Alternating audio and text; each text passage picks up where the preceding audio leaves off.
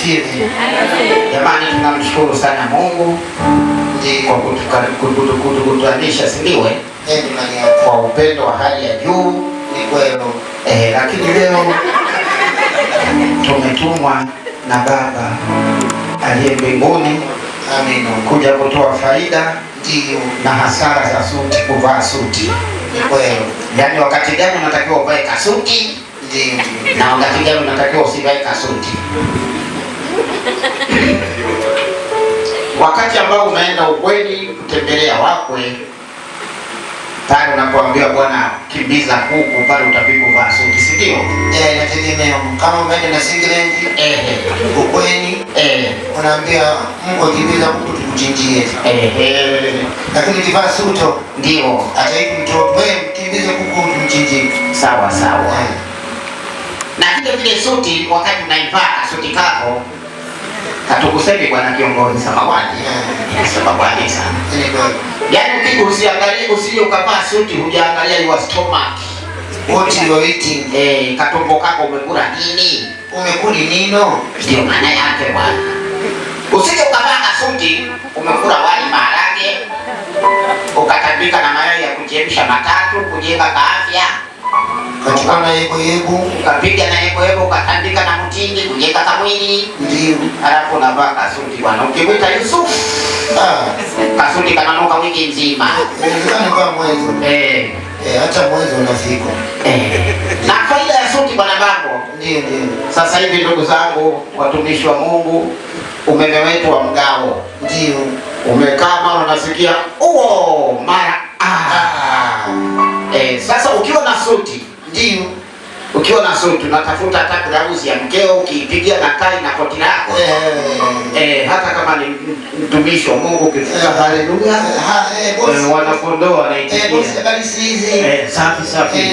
Boss, good morning. How are you? I'm fine. Kumbe ndani umevaa blausi ya mkeo. Ndio heshima suti. Ndio uzuri wa suti. Umeona halafu suti sio umevaa suti unatembea njiani unakula mua. Mwani. Utafuti sehemu kae down, kaa chini, vua kote litundike kwa kiti. Tafuna mua wako, ukimaliza hapo sepa. Halafu suto, sio umegongana na mtoto kagonga mifuko unalia chichi. Unatakiwa kulishakwa, shwaka. Yaani ni noto. Na uzuri wa suti jamani. Ndio. Uzuri wa suti hautembei peke yako. Ni kweli. Yaani suti hata uipige pasi na pasi ya mkaa. Ndio. Lakini ukikukuta koti lazima kutadondoka kiumbe hai, kama sio mende nguni. Lazima utembee na kiumbe hai. Lazima. Kwa mfano hapa tukisema tuchukue koti la Bambo tukukute, atadondoka mende. Ile hata panya kubwa anakaa huko. Atajifikiwa. Bwana sina mnundo.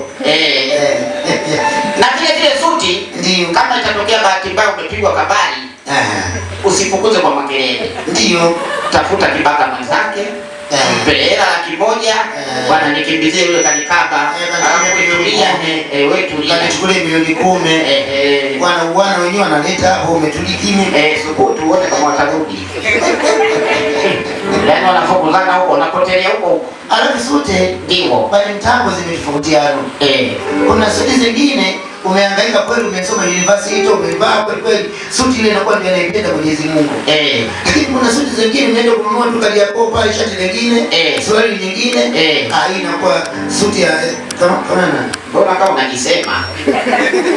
Na mjini ukikuta mtu kavaa hivi suti nyingine, koti nyingine, suruali nyingine, viatu vingine, muulize kazi yake. Kama sio fundi simu dalali wa vyumba.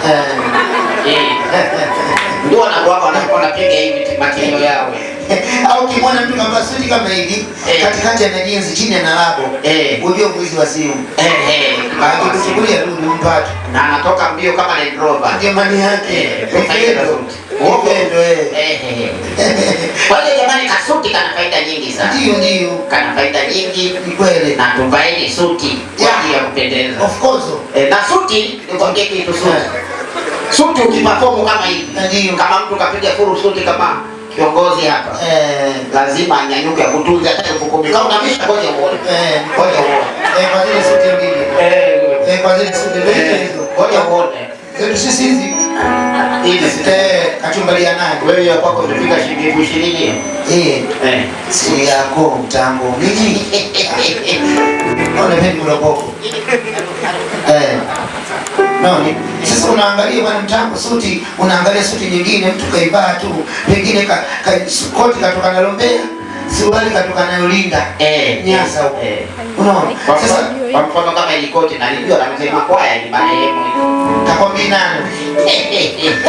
Wewe umbea kama Bwana Yesu hataki. Hataka kabisa. Acha umbea. Maisha kumtanga. Yeye umaridadi pia upunguza ufukaro. Sasa mtanga nikikwambia kama suti inakufanya mtu uonekane nadhifu muda wote. Haionekani umechangia kachumbari mboga au nini, lakini suti inapunguza ufukaro. Mtanga uongo kwelo? Ni kweli, ni kweli.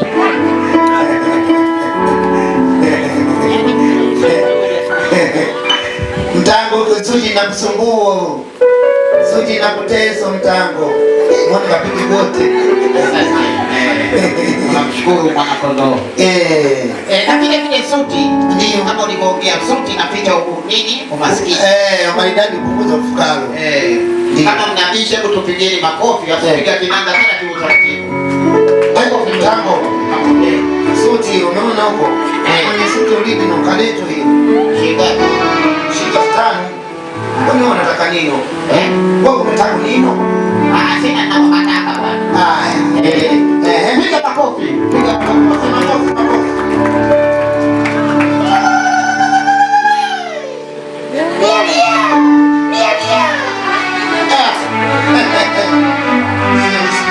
Kama unaenda Sayuni vile.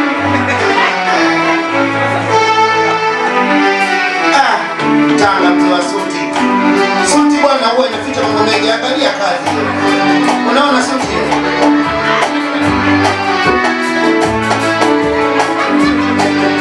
Maridadi upongoza ufukara. Bona mutangani kujificha. Asante. Naona faida ya kasuti. Wakati nakuja kuna mwana kondoo.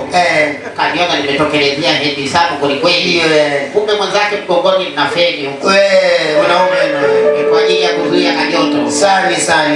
Ndio maana mwenzangu ulikuwa utoki jasho sana, kumbe una dirisho.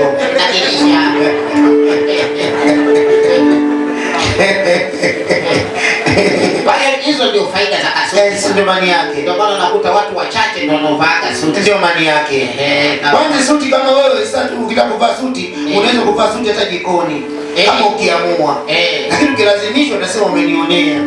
Sababu mwili unakuwa na hotpot. Sasa suti kama hii unavaa popote. Hata ya kwani unavaa. Na wao usikii chochote. Jamani, tuko pamoja. Tumekuja kusalimia kidogo. Bwana mkubwa nimemkumbuka. Huyo bwana mkubwa huyo kutoka Kitambi ni kazi. Ni kweli.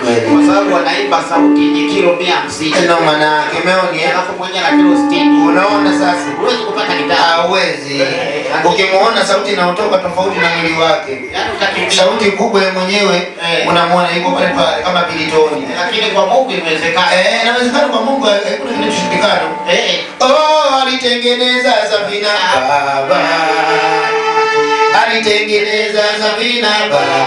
Nuhu alitengeneza safina Baba. Nuhu alitengeneza safina Baba. Nuhu alitengeneza safina Baba. Nuhu alitengeneza safina Baba. Alipofunga kamwambia tengeneza safina.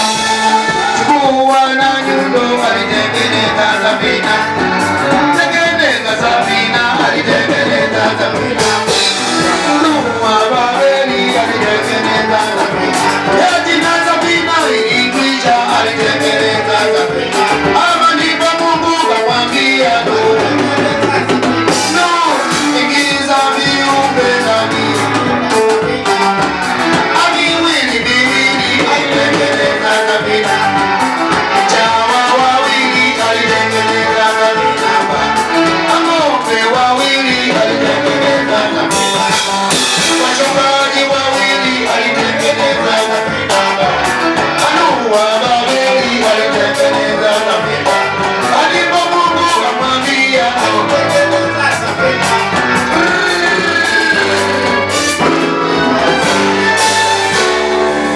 Tubarikiwe sana.